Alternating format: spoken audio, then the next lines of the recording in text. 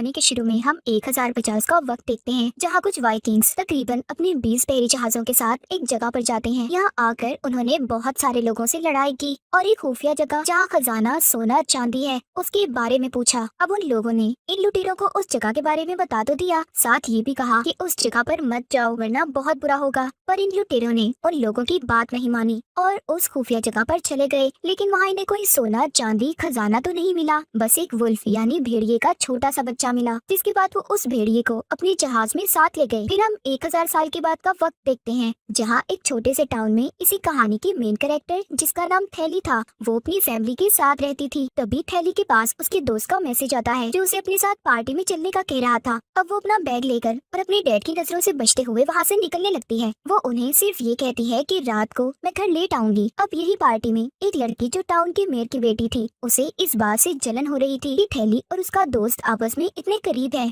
और उसके दोस्त को साइड में ले जाती है जहाँ थैली भी उसकी बातें सुन लेती है। वो उसके दोस्त को ये कह रही थी कि तुमने हमारी पार्टी में बाहर की लड़की को क्यों बुलाया, और अगर आगे से ऐसा किया तो अच्छा नहीं होगा, कम से कम मुझे बता तो देते। ये सुनकर उसे काफी बुरा लगता है, इसीलिए वो यहाँ से जाने लगती है। पर अगले ही पल उसे उस लड़की यानी मेयर की बेटी की चिल्लाने की आवाजें आ रही थी, इसीलिए वो जब चेक करने जाती है तो देखती है वो लड़की और उसका दोस्त नीचे गिरे हुए हैं। उनकी हालत काफी खराब है क्योंकि वो बहुत जख्मी थे। थैली उनके पास जाती है उनकी मदद करने, वो मेयर की बेटी को सहारा देकर उठाती है और आगे बढ़ती है। फिर अगले ही पल कोई उसके कंधे पर भी हमला कर देता है, जिससे वो नीचे गिर गई थी। और ये देख वो काफी घबरा गई थी कि मेयर की बेटी को झाड़ियों में से कोई घसीट कर ले जा रहा था। उसे कुछ समझ नहीं आती कि ये कौन है, बस डर की वजह से वो चीखती चिल्लाती रहती है। खैर अब इस हादसे वाली जगह पर पुलिस भी आ गई थी, जिनमें थैली की मॉम भी शामिल थी, क्योंकि असल में वो एक पुलिस ऑफिसर ही थी। उनका साथी पुलिस ऑफिसर उन्हें बताता है कि यहाँ उन पर जिस पे किसी ने हमला किया वो मेयर की बेटी को अपने साथ ले गया है, उसका कोई अता पता नहीं। उसके साथ यहाँ एक लड़की भी थी जो और कोई नहीं बल्कि तुम्हारी बेटी है, इसीलिए तुम्हें जाकर उससे इस बारे में पूछना होगा क्योंकि वही तुम्हें बता सकती है। ये सुनकर उसकी मॉम काफी डर गई थी और फौरन अपनी बेटी को संभालने के लिए उसके पास जाती है। उसके कपड़ों पर लगा खून देखकर पूछती है कि क्या हुआ, कि तुम्हें कहीं चोट लगी है, जिस पर वो कहती है नहीं मॉम, ये मेरा खून नहीं मेयर की बेटी का है जो मेरे ऊपर तब लग गया जब मैं उसे संभाल रही थी, बस हल्की सी चोट लगी है मेरे कंधे पर। फिर तलाशी लेने पर इन्हें वहाँ मेयर की बेटी का फोन मिलता है, साथ ही पेड़ पर थैली की मॉम को एक बड़ा सा नाखून भी मिल जाता है जो किसी खतरनाक जंगली जानवर का लग रहा था। अब कुछ देर के बाद थैली की आँख खुल जाती है जहाँ वो अपने सामने अपनी मॉम को पाती है। वो थैली से पूछ रही थी कि अब बताओ मुझे कल रात तुम्हारे साथ क्या हुआ था। तो अब यहाँ वो धीरे धीरे अपनी मॉम को सारी बात बता देती है। अचानक मेयर की बेटी की चिल्लाने की आवाज आई और जब मैं वहाँ गई तो दोनों ही जख्मी थे, पर मुझे खुद भी समझ नहीं आई कि उन पर हमला किसने किया, क्योंकि वहाँ अंधेरा काफी था तो मैं नहीं देख पाई। यहाँ हम एक बड़ी अजीब चीज देखते हैं कि थैली की दोनों आंखों का रंग भी अब बदल गया था, मतलब एक आंख का रंग कोई और दूसरी आंख का रंग कोई और था। फिर इसके बाद पुलिस ऑफिसर उन सारे बच्चों के बयान लेते हैं जो कल रात उस पार्टी में आए थे, पर उन्हें बच्चों से खास जानकारी नहीं मिलती। और तो और मेयर की बेटी की लाश भी उन्हें नहीं मिली थी। रात को थैली की मॉम उस नाखून के बारे में सर्च कर रही थी जो उन्हें जंगल में पेड़ से मिला था, जहाँ वो नाखून भेड़िए के नाखून से मैच हो जाता है। इसीलिए वो कॉल करके अपने साथी पुलिस ऑफिसर को कहती है कि ये नाखून भेड़िए का है। अब अगली सुबह थैली की मॉम के पास पुलिस ऑफिसर की कॉल आती है जो बताता है कि मेयर की बेटी की लाश मिल गई है। और जब ये बात थैली सुनती है तो काफी घबरा गई थी, क्योंकि जब से ये हादसा हुआ था उसका खुद पर काबू नहीं था, वो हर वक्त डरी सहमी रहने लगी थी। फिर जब उसकी मॉम मेयर की बेटी की लाश को देखने जाती है तो उसकी हालत काफी खराब थी। जो उसकी लाश को चेक कर रही थी वो बताते हैं कि इसकी लाश को काफी दूर तक घसीटा गया था, साथ ही इसके जिस्म से बहुत सारे मांस के टुकड़े गायब हैं, गले पर भी काफी गहरा कट का निशान है। फिर जब थैली की मॉम बाहर आती है तो वहाँ उस लड़के की मॉम भी थी जो अंदर जाकर उसे देखने की जिद कर रही थी, पर थैली की मॉम उन्हें अंदर जाने नहीं देती क्योंकि उसकी लाश की हालत जाहिर है इतनी खराब थी तो वो नहीं देख पाएंगी। अब थैली दोबारा से हादसे वाली जगह पर जाती है जहाँ पर उसे कुछ अजीब हो रहा था। वो वहाँ उसी लड़की मेयर की बेटी को देखती है, पर असल में ये कोई सच नहीं था, वो बस हेलुसिनेशन कर रही थी, मतलब कि उसे वो चीज नजर आ रही थी जो हकीकत में नहीं थी। उधर पुलिस स्टेशन में एक बूढ़ा आदमी आता है जो थैली की मॉम से मिलता है, क्योंकि उसके पास पास इस केस के लिए जानकारी थी। वो बताता है कि जिसने उस लड़के को मारा है, जिसको आप ढूंढ रहे हैं, वो कोई आम वुल्फ नहीं बल्कि वेयरवुल्फ है, यानी आधा इंसान और आधा भेड़िया, जो सिर्फ एक खास वक्त में ही भेड़िया बनता है, जो पूरी चांद की रात होती है। और वो वेयरवुल्फ इंसान के खून का प्यासा है, और ये सिलसिला तब तक चलता रहेगा जब तक कि इस नस्ल के आखिरी वुल्फ को ना मार दिया जाए। वो सबको खत्म कर देगा। ये सुन थैली की मॉम उसे चुप करवा देती है, क्योंकि उनको उसकी बातों पर यकीन नहीं हो रहा था। साथ ही वो ये भी कहती है कि यहाँ एक लड़की की मौत हुई है, वो भी काफी बेरहमी से, और तुम्हें ये पुरानी मनगढ़ंत कहानियाँ सुनाने की पड़ी है। तब वो कहता है कि हाँ, मैं जानता था कि मेरी बातों पर कोई भी यकीन नहीं करेगा। ये कहने के बाद वो जाने लगता है, पर जाते हुए वो थैली की मॉम से कहता है कि जब तुम्हें मेरी बातों पर यकीन आ जाए तो मुझसे मिलने आ जाना। साथ ही वो उन्हें एक सिल्वर गन की गोली देता है। कहता है कि जिसे तुम मारना चाहती हो, यानी वो वेयरवुल्फ, वो सिर्फ इसी गोली से मरेगा, बाकी गोलियां उस पर असर नहीं करेंगी। जाते जाते वो उसकी कोट में सिल्वर गोलियों की एक डब्बी भी डाल देता है। ना चाहते हुए भी उसकी एक गोली को थैली की मॉम अपनी जेब में डाल लेती है। अब थैली का वही दोस्त उससे दोबारा मिलता है जिसने उसे पार्टी में बुलाया था। कहता है कि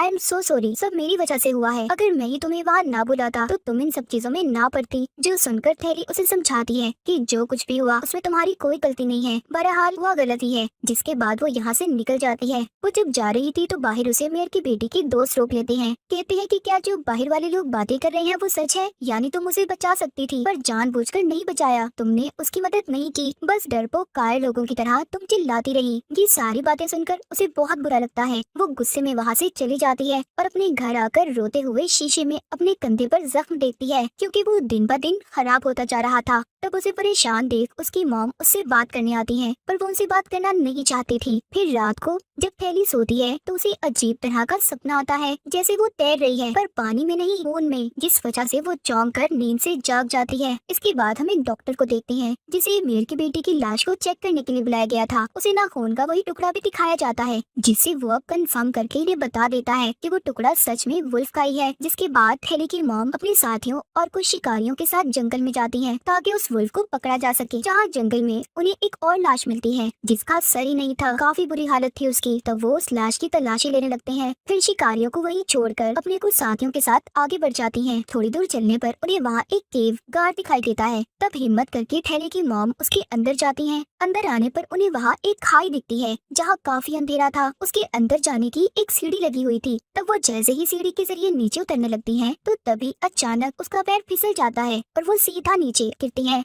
उधर जब वो शिकारी लाश के पास थे तो तभी उन्हें कुछ आवाजें आने लगती हैं, जो सुन वो काफी घबरा गए थे। और अब वो धीरे धीरे ऊपर देखने लगते हैं जहाँ एक वुल्फ उनकी तरफ ही बढ़ रहा था, जो अगले ही पल उन पर हमला कर देता है और बड़ी बेरहमी से मार देता है। उनकी चीखों की आवाज पुलिस टीम ने भी सुन ली थी और वो जल्दी से थैली की मॉम को ऊपर आने का कहते हैं। तब वो टीम गन्स लेकर वहाँ जाती है उसे मारने, पर कोई फायदा नहीं होता क्योंकि वो वुल्फ ही उन सब पर हमला करके बारी बारी बेरहमी से मारकर खा जाता है और हम बस वहाँ खून ही देख पाते हैं। अब थैली की मॉम जब सीढ़ियों से ऊपर आ रही थी तो तभी वही वुल्फ उनके सामने आकर खड़ा हो जाता है, जिसका साइज काफी बड़ा था, काफी खूनखार लग रहा था। उसे देख थैली की मॉम की हालत खराब हो जाती है और अब जैसे ही वुल्फ उन पर हमला करता है तो वो नीचे जाकर गिरती है, जिससे उनकी बाजू पर चोट लग जाती है। अब तभी वुल्फ भी नीचे आ गया था। तब उसे अपने इतने पास देखकर वो लगातार उस पर गोलियां चलाती हैं, पर इन गोलियों का वुल्फ पर कोई असर नहीं हो रहा था। वो तो लगातार आगे बढ़ता जा रहा था। जिस बीच उनकी सारी गोलियां खत्म हो जाती हैं।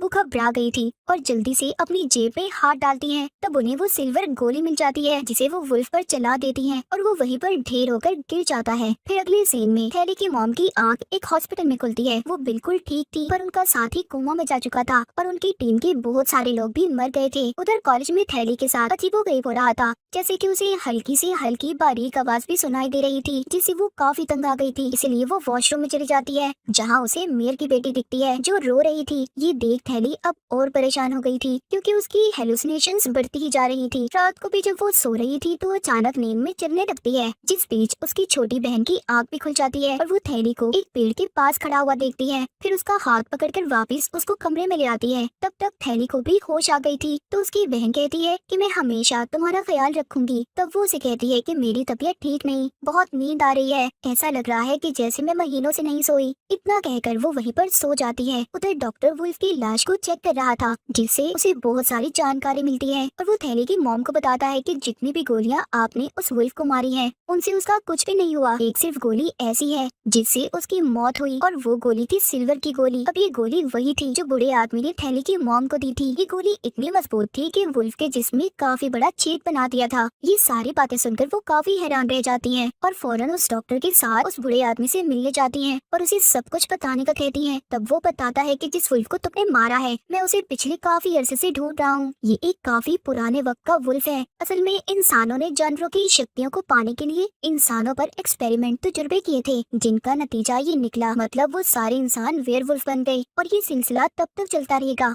जब तक कि इस नस्ल की आखिरी वुल्फ को ना मार दिया जाए। और उनकी नस्ल ऐसे बढ़ती है कि वो वुल्फ जिसे भी काटता है वो इंसान भी वुल्फ बन जाता है। दूसरी तरफ हम थैली को देखते हैं जो अपने दोस्त के साथ थी, जो उसे कॉलेज के बारे में पूछता है कि तुम्हें उस दिन अचानक क्या हुआ था जब तुम वॉशरूम में चली गई थी। तब वो कहती है कि मुझे खुद नहीं पता कि मेरे साथ क्या हो रहा है। पिछले कुछ वक्त से मैं अपने अंदर काफी अजीब चीजें महसूस कर रही हूँ। अब तभी उसके दोस्त के पास उसके डैड की कॉल आ जाती है। वो फोन सुनने चला जाता है तो थैली अकेली थी, जहाँ उसकी नजर चांद पर पड़ती है जो पूरा चांद था। यानी कि इसी रात इंसान वेयरवुल्फ भेड़िया बनता है। और फिर तभी अचानक उसे कुछ होने लगता है। वो अपने जिस्म में अजीब तरह के बदलाव महसूस कर रही थी, जिसके बाद वो भी वुल्फ में बदल जाती है। कुछ देर के बाद जब उसका दोस्त वापिस आकर उसे ढूंढता है तो वो उस पर भी हमला कर देती है और जान से मारकर उसे खा जाती है। अगली सुबह जब थैली की आंख खुलती है तो वो खून में लथपथ थी और तो और उसके मुंह में अपने दोस्त की उंगली भी निकलती है। वो फिर आईने में अपनी शक्ल देखकर डर जाती है क्योंकि उसका चेहरा किसी जानवर जैसा था। उसे कुछ समझ नहीं आती कि मेरे साथ क्या हुआ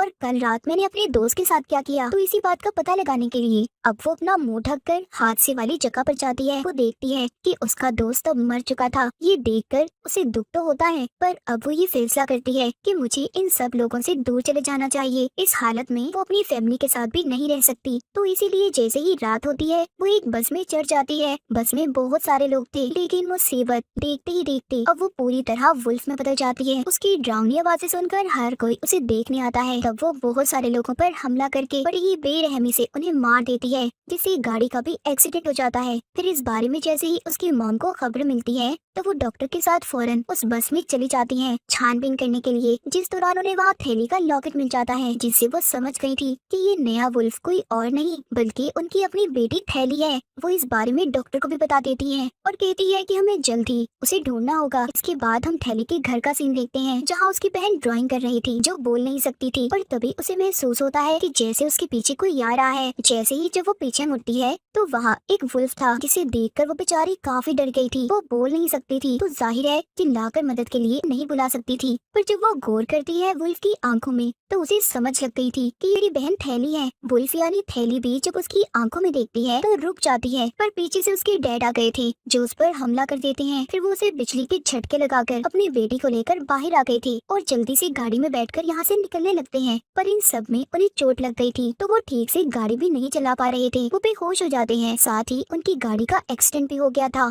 थैली की बहन गाड़ी से निकलकर छुपने के लिए चली जाती है। तब तक वुल्फ भी यहाँ आ गया था। उनका पीछा करते करते इस टाउन के बहुत सारे लोग भी आ गए क्योंकि उन्हें पता चल गया था कि यहाँ एक्सीडेंट हुआ है। वुल्फ यानी थैली उन सबको देख चुकी थी। वो बहुत सारे लोग थे, इसीलिए वो उन पर हमला कर देती है, जिससे लोग डरकर भागने लगते हैं। पर यहाँ उसने बहुत सारे लोगों को मारकर खा लिया था और हर तरफ खून ही खून फैला हुआ था। अब तभी इधर थैली की बहन आ जाती है क्योंकि उसे अपनी बहन को ऐसे देखकर काफी दुख हो रहा था। वो उससे बात करने के लिए उसके पास जाने लगती है। वुल्फ यानी थैली के बिल्कुल सामने खड़ी होकर इशारों से वो कहती है कि मैं हमेशा तुम्हारे साथ रहकर तुम्हारा ख्याल रखूंगी। पर इतनी ही देर में उसकी मॉम और डॉक्टर भी यहाँ पर आ गए थे। मौका देखते ही वो वुल्फ पर तीर का शूट करते हैं, जिससे वो मरती तो नहीं पर जख्मी हो गई थी। और इस चीज का फायदा उठाकर ये लोग एक स्टोर में जाकर छुप जाते हैं और कुछ ही देर में हर तरफ खामोशी हो गई थी। पर तभी अचानक गाड़ी की तेज रोशनी आती है, जिसमें दरअसल वो बूढ़ा आदमी था जो उस वुल्फ को मारने के लिए वो गाड़ी से उस पर हमला करता है। उसे ठोककर वो गाड़ी स्टोर के अंदर घुसा देता है, जिससे उसे खुद को भी काफी चोट लगती है। वो जख्मी होकर वहीं पर गिर गया था और तब तक यहाँ वुल्फ भी आ गई थी जो उसे भी मार देती है और फिर अपनी मॉम पर हमला करती है। वो खुद को बचाने के लिए काफी कोशिश कर रही थी।